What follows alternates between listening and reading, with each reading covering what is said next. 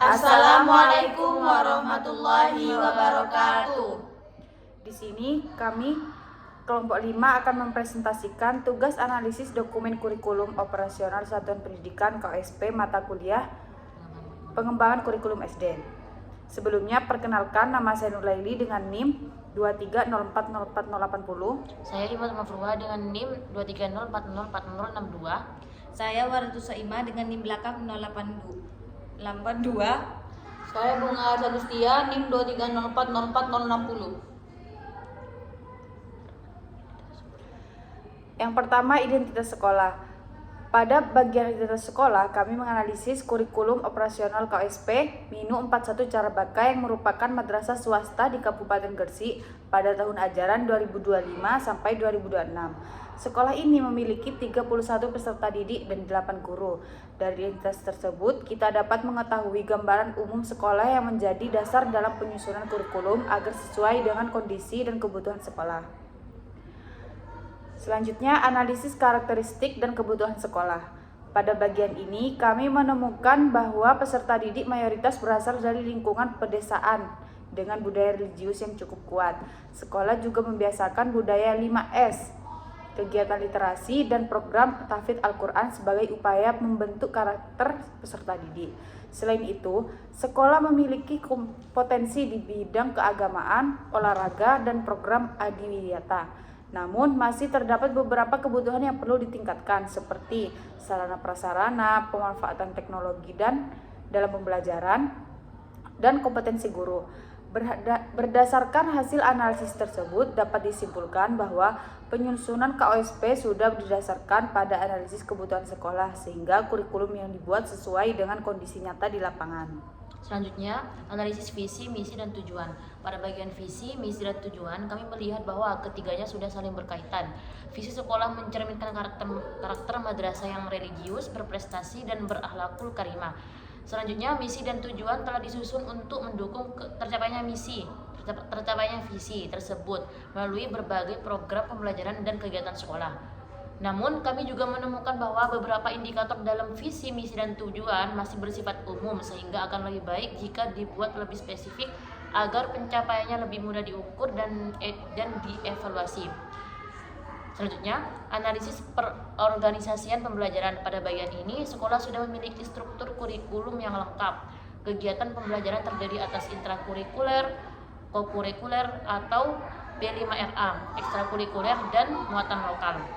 Tema proyek yang dipilih juga sudah disesuaikan dengan kondisi lingkungan dan karakteristik peserta didik. Dengan demikian, pembelajaran tidak hanya dilakukan di dalam kelas tetapi juga memberikan pengalaman nyata yang dapat meningkatkan karakter dan keterampilan peserta didik.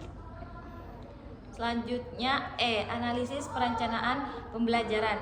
Pada bagian perencanaan pembelajaran, sekolah telah menyusun pencapaian pembelajaran, alur tujuan pembelajaran, modul ajar, dan asesmen sesuai kurikulum merdeka.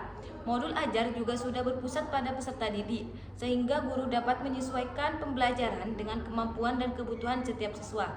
Selain itu, asesmen yang digunakan meliputi asesmen diagnostik, formatif, dan sumatif, sehingga perkembangan peserta didik dapat dipantau secara menyeluruh. Pembelajaran juga mendukung penguatan profil pelajar Pancasila. Selanjutnya, analisis evaluasi dan pengembangan profesional. Pada bagian ini, sekolah telah melakukan evaluasi kurikulum secara berkala. Selain itu, kepala sekolah juga melakukan supervisi akademik untuk membantu meningkatkan kualitas pembelajaran. Guru juga memperoleh pelatihan workshop, KKG, dan pendampingan secara rutin. Hal ini menunjukkan bahwa sekolah tidak hanya berfokus pada peserta didik, tetapi juga berusaha meningkatkan kompetensi guru agar proses pembelajaran semakin berkualitas. G. Analisis prinsip pengembangan kurikulum. Berdasarkan hasil analisis, prinsip-prinsip pengembangan kurikulum sudah diterapkan dengan baik. Kurikulum disusun dengan berpusat pada peserta didik, bersifat konseptual, esensial, akuntabel, dan berkelanjutan. Oleh karena itu, hasil penelitian menunjukkan bahwa kualitas KOSP berada pada kategori sangat baik karena telah memenuhi sebagian besar prinsip dalam kurikulum merdeka. H. Temuan dan rekomendasi. Berdasarkan hasil analisis, kami menemukan bahwa KOSP Minum 41 Cara Baka sudah sesuai dengan karakteristik sekolah dan kebutuhan peserta didik. Keterkaitan antar komponennya juga sudah baik. Namun masih ada beberapa hal yang perlu ditingkatkan, seperti memperjelas indikator, visi misi, dan tujuan, meningkatkan penggunaan teknologi dalam pembelajaran, serta memperkuat sistem evaluasi agar pengembangan kurikulum dapat berjalan lebih optimal. Kesimpulannya, berdasarkan seluruh hasil analisis dapat disimpulkan bahwa KOSP Minum 41 Cara Baka telah disusun dengan sangat baik dan sudah sesuai dengan prinsip-prinsip kurikulum merdeka. Seluruh komponen kurikulum saling mendukung, mulai dari analisis kebutuhan, visi dan misi, struktur kurikulum, perencanaan pembelajaran, hingga evaluasi. Meskipun demikian, sekolah tetap perlu melakukan beberapa penyempurnaan, terutama dalam pemanfaatan teknologi, penyusunan indikator yang lebih terukur, serta penguatan sistem evaluasi agar kualitas kurikulum semakin meningkat dan mampu menjawab tantangan pendidikan di masa depan. Sekian pemaparan analisis dari kelompok kami. Kami ucapkan terima kasih. Wassalamualaikum warahmatullahi wabarakatuh. 6 menit. Kayak